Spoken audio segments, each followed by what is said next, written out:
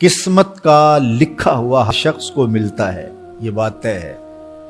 مجھے اور آپ کو وہی مل رہا ہے جو ہماری قسمت میں لکھا ہے، اس سے ایک حبہ بھی، ایک دانہ بھی کم نہیں ملے گا اور ایک زیادہ نہیں ملے گا۔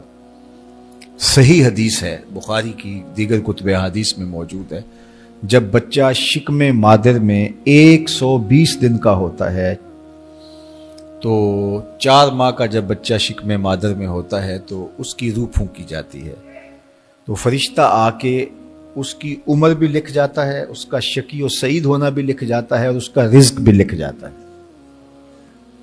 تو رزق جو لکھا گیا وہ ہمیں ملے گا، اور جب جب ملنا ہے تب تب ملے گا۔ جو لکھا گیا ہے وہ بہر صورت ہمیں حاصل ہوگا۔ اب وہ جو ہماری قسمت کا رزق ہے اس کے حصول کا ذریعہ کیا ہے؟ بذریعہ حلال ملتا ہے یا اس کے ذرائع حصول کے وہ حرام ہیں؟ تو یہ اللہ کے ذکر کو چھوڑنے کی سزا یہ ہے کہ ملا وہی جو قسمت کا تھا، لیکن دولت عثمان نہ ملی، دولت قارون ملی۔ لکھا جو تھا، مقسوم تھا، ملا وہی، ایک دانہ بھی زیادہ نہیں ملا اور ایک دانہ بھی کم نہیں ملا، لیکن اس کی سزا کاٹنی پڑے گی، اس لیے کہ حصول کے ذرائع حرام تھے۔ تو حضرت اکرمہ رضی اللہ تعالیٰ عنہ فرماتے ہیں کسبن حرامن، تو معیشت تنگ کیسے ہوتی ہے؟ بندہ کہتا ہے کہ یہ تو بڑا کما رہا ہے لیکن کما بذریعہ حرام رہا ہے۔ اللہ اکبر۔ بعض اوقات کچھ لوگ محنت کر کے بھی حرام کماتے ہیں۔ ہم نے دیکھا کہ اس گرمی میں جو لوگ مزدوری کرتے ہیں اور بالخصوص لوہے کی بھٹی پہ جو کام کرنے والے ہیں، کتنا سخت کام ہے، لیکن وہاں بھی جو ہے وہ چاہے 15-20 منٹ جو ہے وہ خیانت کر کے اپنے اس رزق کو حرام بنا لیں اور ناجائز کر لیں، اتنی مشقت کے باوجود بھی۔ کیتی کتری پئی کھو محمد پھر سکہ بنیا زردہ۔ تو ایک سودا ایسے بھی بک جاتا اگر 2 منٹ گاہک کو دیتا، لیکن جھوٹی قسم کھا لی اور وہ لے کے چلا گیا، سودا تو بک گیا لیکن ذریعہ اس کا حرام ہو گیا۔ یہ ذرا دیکھیے، جھوٹی قسم کھانے والے کو اللہ نظر رحمت سے بھی نہیں دیکھے،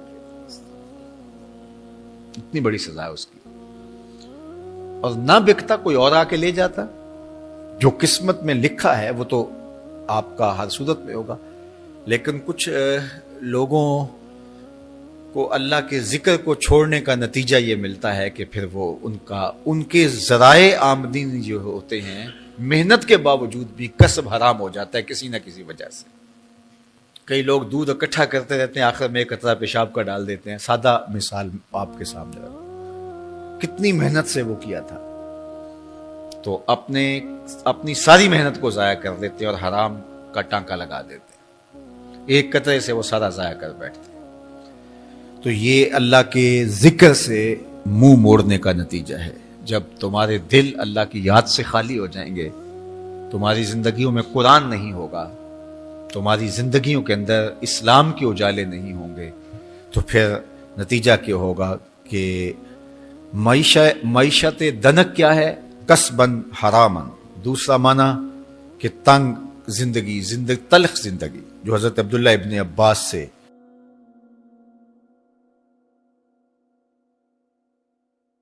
یہ امت خلیفہ بلا فصل، خلیفہ اول، امیر المومنین حضرت سیدنا ابو بکر صدیق رضی اللہ تعالیٰ عنہ کی مرہون منت ہے، ان کی احسان مند ہے۔ اقبال نے کہا تھا امن الناس بر مولائے ما، کلیم اول سینائے ما، ہستی او کشت ملت راچوں ابر، ثانی اسنین و غار و بدر و قبر۔ کہتے ہیں کہ وہ شخص جس نے ہمارے آقا و مولا پہ سب سے زیادہ احسانات کیے، اور میرے آقا کریم نے ارشاد فرمایا میرے اوپر جس نے بھی کوئی نیکی کی میں اس کا بدلہ چکا دیا دنیا پر ہی، لیکن ایک ابو بکر ایسے ہیں جن کی نیکیوں کا بدلہ قیامت کے دن رب ہی چکائے گا۔ یہ حضور علیہ السلام نے ارشاد فرمایا۔ اور پھر فرمایا ما نفعنی مال احد قط، ما نفعنی مال ابی بکر مجھے کسی کے مال نے اتنا نفع نہیں دیا جتنا ابو بکر کے مال نے نفع دیا. اپنا سب کچھ حضور کی راہوں میں نچھاور کر دیا. مال پیش کیا، جان پیش کی، اولاد پیش کی، وقت دیا، ایک ایک سانس حضور کے نام کر دی. کہتے ہیں حضور علیہ السلام کا سایہ نہیں تھا، لیکن ابو بکر رضی اللہ تعالیٰ عنہ سایہ بن کے حضور کے ساتھ رہے، سائے کی طرح حضور کے ساتھ رہے. بدر کے ساتھی، حضر کے ساتھی، سفر کے ساتھی، غار کے ساتھی، حد ہو گئی مزار کے ساتھی. اللہ اکبر. ایک دن حضور ایسے نکل رہے ہیں مسجد نبوی سے تو کوئی لوگ داخل ہو رہے تھے، تو حضور کے دائیں ہاتھ میں ابو بکر کا ہاتھ تھا، بائیں میں حضرت عمر کا ہاتھ تھا. تو حضور ایسے دونوں کے ہاتھ پکڑ کے باہر نکل رہے تھے، تو کسی کو اندر آتے دیکھا تو اس کو دیکھ کر کے کہا قیامت کے دن ہم قبروں سے یوں ہی اٹھائے جائیں گے. میرے دائیں ہاتھ میں ابو بکر کا ہاتھ ہوگا، بائیں ہاتھ میں عمر کا ہاتھ ہوگا. اللہ اکبر. سیدہ کہول اہل الجنہ، جنت کے بوڑھوں کا سردار کہا. ابو بکر فی الجنہ، جنت کی بشارت دی. عشرہ مبشرہ میں سے پہلا نام حضرت ابو بکر رضی اللہ تعالیٰ عنہ کا ہے. فرمایا میرے 2 وزیر آسمان پہ ہیں، 2 وزیر زمین پہ ہیں. آسمان پہ میرے 2 وزیروں کا نام جبرائیل و میکائیل ہے، اور زمین پہ اوپر میرے 2 جو وزیر ہیں، ایک کا نام ابو بکر ہے، ایک کا نام عمر ہے. تو کیا شان ہے حضرت ابو بکر صدیق رضی اللہ تعالیٰ. ہر نبی کا صحابی عظمتوں کے معراج پہ ہے، لیکن جو شان حضور کے اس جان نثار کو دی گئی ہے، اللہ اکبر. قرآن نے بھی کہا نا وَثَانِيَ اثْنَيْنِ إِذْ هُمَا فِي الْغَارِ. اللہ اکبر. 2 میں سے دوسرا، اللہ اکبر. جب وہ غار میں تھے، 2 میں سے دوسرا. اس لفظ کی خوبصورتی ملاحظہ کیجئے، 2 میں سے دوسرا. حضرت عمر کہا کرتے تھے، حضرت صدیق اکبر کا ذکر کرتے ساتھ رو پڑتے اور کہتے کہ ابو بکر میری ساری زندگی کی نیکیاں لے لیں، وہ غار والی ایک نیکی مجھے دے دیں. ساری نیکیاں زندگی کی ابو بکر لے لیں، ایک نیکی غار والی مجھے دے دیں. تو ان کی ساری نیکیاں ایک طرف اور ابو بکر کی ایک نیکی ایک طرف. اور حضرت عمر کہا کرتے تھے کاش میں ابو بکر کے سینے کا بال ہی ہوتا. کوئی کم شان ہے؟ یہ حضرت عمر کہہ رہے ہیں. یہ عمر جس کے بارے میں میرے حضور علیہ السلام نے فرمایا کہ میرے بعد اگر نبوت کا دروازہ بند نہ ہوا ہوتا، میرے بعد اگر کسی نے نبی ہونا ہوتا تو وہ عمر ہوتا. اتنی شانوں کے مالک. ان الشیطان یفر من ظل عمر، شیطان عمر کے سائے کو دیکھ کے بھاگ جاتا ہے.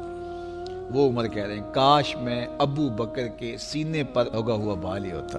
یہ شان ہے، یہ عظمت ہے. سارے حضور کے صحابی عظمتوں کے معراج پر، لیکن ان کی شان ہی وکری ہے.